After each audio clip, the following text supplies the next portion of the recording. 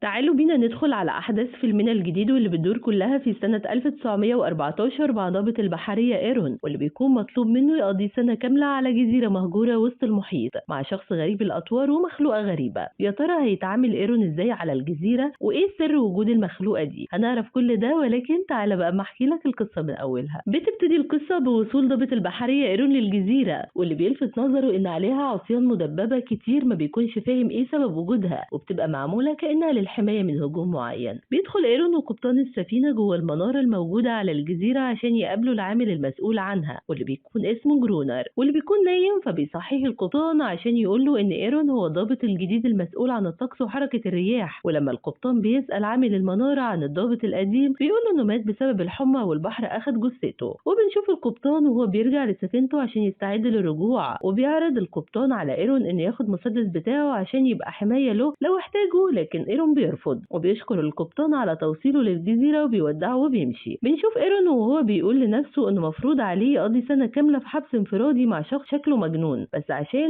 يحسب قوته اتجاه الرياح، وإنه مش هيقدر يستحمل الوضع الممل ده لكنه مجبر عليه. وبيروح إيرون للبيت اللي هيعيش فيه على الجزيرة، واللي بيكون شكله مهجور من فترة، وبيقلب في حاجة الضابط اللي كان ساكن قبله، وبيلاقي كتاب مرسوم فيه كائنات شكلها غريب، وبيفتكر إيرون إنها مجرد تخيلات من الضابط مش أكتر. وفي تاني يوم بيقوم إيرون من النوم عشان يبدأ شغله في قياس قوة الرياح واتجاهها، وبيلاحظ إيرون إن في نقطة معينة على الجزيرة بتتجمع فيها القواقع، ولكن ما بيكونش فاهم تجمع القواقع بالشكل ده بيعبر عن إيه. وبيكمل شغله لحد ما بيجي الليل وبيرجع لبيته مرة تانية. بيحس إيرون بوجود حركة حوالين البيت لحد ما بتظهر إيد كائن غريب بتمتد من تحت عقب الباب بتاع بيته، فبيدوس عليها وبسرعة بيروح يستخبى في بدروم البيت. ولما بيبص من الفتحة الموجودة قدامه بيلاقي إن الكائن بيبص عليه، فبيطعنه بالسكينة في عينه، وبيفضل مستخبي في البدروم لتاني يوم. وأول ما بيطلع النهار بيحاول إنه يأمن نفسه من الكائن ده، وبيقفل كل الأبواب والشبابيك، وبيلاقي في البيت صندوق فيه بندقية ورصاص وبيتسلح بيها، وبيستعد إنه يضرب أي حاجة غريبة تقرب منه. وبيجي الليل ولما بيبص إيرون من الشباك بيلاقي إن في عدد كبير من الوحوش خارجين من البحر ومتجهين ناحية بيته، لكن إيرون بيكون مجهز خندق مليان كتب ومرشوش عليها كحول، وبيولع فيها عشان يخوف الوحوش ويخليهم يهربوا. وبسرعة بيخرج من البيت قبل ما يتحرق، وبيستخبى وسط الصخور لحد ما بيروح في النوم. ولما بيجي تاني يوم بيتحرك ناحية المنارة، وبيستنى جرونر يخرج منها عشان يقدر يدخلها، لكن بيظهر كائن شكله غريب وبيهاجم إيرون، فبيضربه إيرون. وقبل ما يقتله بيظهر جرونر وبيطلب منه ما يقتلش الكائن وهو هيفهمه كل حاجة. بالفعل بيسيبه إيرون، وبسرعة بيروح الكائن ناحية جرونر، وبيتحركوا كلهم ناحية البيت الخشبي عشان ياخدوا باقي الذخيرة الموجودة فيه، وبعدها يطلعوا على المنارة. وفي المنارة بيفقد إيرون الوعي من كتر التعب لدرجة إنه بيفوق بعد يومين. لما بيفوق بيلاقي الكائن الغريب ده قاعد جنبه ومش بيأذيه، وبيستغرب إيرون لما بيلاقي الكائن بيسمع كلام جرونر. وبيقول إيرون لجرونر إنه كان فاكر إن كل المخلوقات تم اكتشافها، لكن طلع إن الجزء المعروف بالنسبة لهم هو جزء بسيط جدا من المحيط، وإن المحيط مليان مخلوقات لسه ما تمش اكتشافها. وأكيد الكائنات دي من ضمن الكائنات اللي قررت إنها تنعزل عن حياة البشر من سنين. بيسأل إيرون جرونر لو كان المخلوق ده بيعض ولا لأ، فبيقول له جرونر إنها أنثى وعضته مرة واحدة، ومن وقتها علمها ما تعضش تاني أبدا. وبنشوف إيرون وهو بيسأل جرونر ليه ما هربش على السفينة اللي كانت موجودة وساب الخطر اللي عايش فيه وسط الكائنات اللي على الجزيرة. بيقول له جرونر إن المنارة والجزيرة هم حياته ومش هيسيبهم أبدا لأي سبب من الأسباب. بيفهم إيرون من كلام جرونر إنه مفيش أي سفن بتعدي من هنا، وإنه لازم يستنى سنة لحد ما تيجي المركب مرة تانية عشان تاخده ومعاها البديل بتاعه بعد ما يخلص مدته على الجزيرة. ساعتها بيتأكد إيرون إنه محبوس على الجزيرة، وبيبدأ يأقلم نفسه على العيشة فيها وفي المنارة. وبيلاحظ إيرون إن المخلوقة بتراقبه في كل تصرفاته لأنه شخص جديد عليها. ولما بيجي الليل بيجهز جرونر آلة المنارة عشان ينور البحر، وبيجهزوا هما الاتنين نفسهم بالأسلحة. وبيقول جرونر لإيرون إنه ما يضربش على حاجة إلا إذا قربت منه، وما يضيعش طلقاته على المخلوق المصاب لأنه كده كده بياكلوا بعض بمجرد ما بيتجرحوا. وفجأة بيظهر قدامهم عدد كبير جدا من المخلوقات، وبيفضل جرونر يقتل فيهم، لكن إيرون بيدخل في حالة صدمة من المنظر اللي بيبقى شايفه لدرجة إنه بيفقد الوعي. وفي تاني يوم بيفوق إيرون على جرونر اللي بيدلق عليه مية، وبيقول له إن الجزيرة مش ناقصة أي حمل زيادة عليها، وإنه لو عايز يعيش هنا لازم يبقى أشجع وأجمد من كده. ولما بيجي الليل بيكونوا بيستعدوا هما الاتنين عشان هجوم الوحوش. ولما بيخرج إيرون عشان يواجه الوحوش بيقفل عليه جرونر وبيحبسه بره عشان يعلمه يدافع عن نفسه ويكون أقوى من كده يا إما هيموت. وفي تاني يوم لما بيصحى جرونر جرونر من النوم بيروح عشان يفتح باب بلكونة المنارة اللي كان قافلها على ايرون، فبيلاقيه لسه عايش. فبيفهم جرونر ان ايرون بقى قادر على العيشة في الجزيرة. بيعدي 3 شهور على وجود ايرون على الجزيرة، وفي يوم بيكونوا قاعدين بيلعبوا شطرنج والوقت بيسرقهم لدرجة انهم بينسوا يشغلوا كشاف المنارة. فبيحصل عليهم هجوم من الوحوش وبيحاولوا انهم يسيطروا على الموقف، ولكن الهجوم بيكون كبير جدا لدرجة ان ايرون وجرونر بيستسلموا وبيقعدوا جنب كشاف المنارة وبيستنوا الموت. لكن الشمس فجأة بتطلع وده بيخلي الوحوش يرجعوا بسرعة للبحر. وفي يوم وهم على الشط بيشوف ايرون سفينة معدية، فبسرعة بيروح يجيب مسدس الاستغاثة عشان يضرب منه في الجو، وطاقم السفينة يفهموا ان في حد محتاج مساعدة. لكن جرونر بيمنعه بالقوة لدرجة انه بيضربه وبيقول له انه مبقاش له حد في حياته القديمة ومش عايز يرجع لها، وانه هيعرف يحمي نفسه وجزيرته كويس من غير مساعدة حد. بنشوف المخلوقة وهي بتصرخ في وش جرونر عشان يسيب ايرون وما يضربوش. بيضيع امل ايرون في انه يخرج من الجزيرة، وبتعدي فترة على الموقف ده. وفي يوم من الايام واثناء ما بيتمشى ايرون على الجزيرة بيلاقي مركب صغيرة على الجهة التانية من الجزيرة، ولما بيسأل جرونر عن مصدرها بيقول له ان ديت الحاجات الوحيدة اللي بقيت من سفينة متفجرات غير شرعية غرقت بكل اللي فيها. فبيقول له ايرون انهم ينزلوا البحر ويجيبوا المتفجرات ديت ويستخدموها في تفجير الكائنات وبعدها يهربوا من الجزيرة بالمركب. فبيقول له جرونر انه زمان المتفجرات دي اصلا باظت من المية، ده غير ان موج البحر مش هيساعد المركب في الابتعاد عن الجزيرة، يا اما هيرجع المركب للجزيرة تاني او هيدمرها. لكن ايرون بيكون عنده امل انه يخرج من الجزيرة ومش بيقتنع بكلامه. وبيلاحظ جرونر ان ايرون بدأ يتقرب من المخلوقة وهي كمان بدأت تتعلق بيه، وده بيخلي جرونر يقلق ان ايرون يسلب الصديقة الوحيدة له. فبيقرر انه يساعده يخرج من الجزيرة. بيروحوا عشان يطلعوا المتفجرات من البحر ويحاولوا يشغلوها، وبيصنعوا بدلة بدائية عشان يقدر ايرون يتنفس بيها تحت المية، لحد ما فجأة بيظهر قدامه واحد من الوحوش. فبسرعة بيفك نفسه من البدلة اللي هو جواها وبيطلع على السطح. وبيرجعوا للمنارة وبيلاقوا ان في متفجرات جوه الصناديق صالحة للتفجير، فبيلفوها حوالين المنارة. وبيعدي فترة وبيكون جه فصل الشتاء، وفي يوم بيكون ماشي ايرون على البحر وبيلاقي ان في مخلوقين في المية قدامه، ولكنهم مش بيهجموا عليه وبيسيبوه وبيمشوا. بيجرب ايرون ان يعمل دوائر القواقع اللي شافها اول ما نزل الجزيرة، وبيحط في نص الدايرة قوقعة على شكل مركبة كان هو اللي عاملها، وبيسيبها وبيمشي. ولما بيرجع تاني يوم بيلاقي ان القوقعة مختفية، وبيلاقي مخلوق صغير ومعاه مخلوقات كتير واقفين في المكان، وبيكون من ضمنهم المخلوقة اللي كانت عايشة جوه المنارة. فبيفهم ايرون ان المخلوقات كانت بتهاجمهم كل الوقت ده عشان عايزين المخلوقة دي، وان القواقع اللي كانوا بيرسموها دي كانت بتمثل الهدنة بين الوحوش والبشر. لكن جرونر بيكون مش مقتنع بالكلام ده وعايز يقتلهم برضه. بيرجع المنارة وبيفضل يضرب عليهم بمسدس الإشارة وبيصيب طفل منهم. فبيرجع له ايرون وبيتخانق معاه لدرجة انهم بيضربوا بعض. وبنشوف ايرون وهو بيقول له انه مش قاتل عشان يقتل بني ادم زيه، وان القتل انتهى خلاص من بعد الهدنة. فبيسمع جرونر كلام ايرون وبيستسلم وبيخرج وسط الوحوش من غير سلاح، فبيهجموا عليه وبيقتلوه. وبيفضل ايرون عايش على الجزيرة لوحده فترة لحد ما بتيجي السفينة الحربية عشان يبدلوه مع ضابط تاني ويرجعوه له وطنه. ولما بيسألوه عن المساعد بتاعه بيقول لهم ان جاله حمى ومات، والبحر اخد جثته زي ما جرونر قال لهم في اول مرة شافهم فيها. ولما بيبص من شباك المنارة وبيشوف السفن الحربية بيفرح وبيطمن انه اخيرا هيخرج من الجزيرة وهيرجع لحياته. وهنختم احداث قصتنا على كده. وفي النهاية عزيزي المشاهد ما تنساش تعمل لايك للفيديو وتشترك في القناة وتفعل زر الجرس